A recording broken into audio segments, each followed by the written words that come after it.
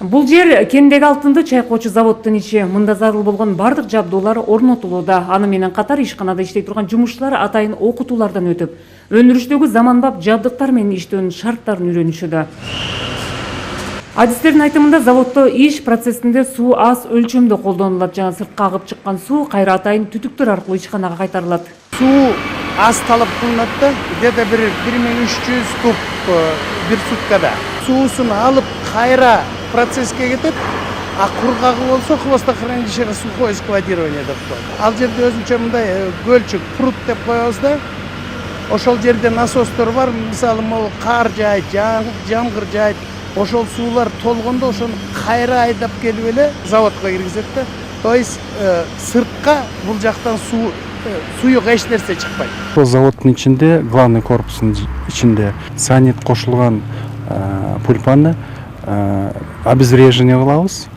Анан кайра ошону эле фильтрацияга жиберебиз да. Фабриканын ичине руда келеби, анан чыкканы жанакы отфильтрованный кек деп коет. Майдаланган топурак чыгат да.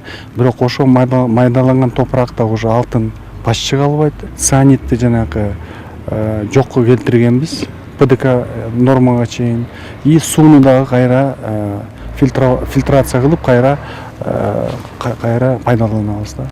Заводдон чыккан зыянсыздандырылган калдыктарды сактоочу жайдын курулушу дагы учурда аяктап калды. Калдык сактоочу жай акыркы үлгүдөгү ыкмада курулган. Анда эл аралык талаптарга туура келген материалдар колдонулуп төшөлгөн. Андыктан калдык сактоочу жайдын экологияга болгон таасиринен кабатырлануунун кажети жок дешет кендегилер. Шероховатый лонгия мембрана колдонулат да. Бул 2 миллиметрлик, бул да австрийская компаниядан, Австриядан келип түшкөн материал. Бул аябай прочность, сапаты боюнча аябай күчтүү. Ультрафиолетовый лучтардан да защитасы күчтүү да.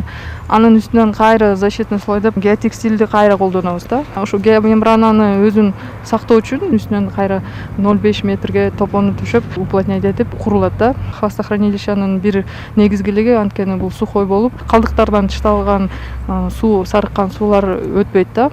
Калдык сактоочу жай көзөмөлгө алынган, ал үчүн тереңдиги 60 метр болгон бир нече скважина дарылган. Кендеги бул сыяктуу ар бир курулуш экологдордун кароосунан өткөн. Экология коопсуздук боюнча бул проектиде бүтүн баардыгы каралган. Проектиде бүт тиешелүү мекемелерден баардыгынын заключениялары алынган.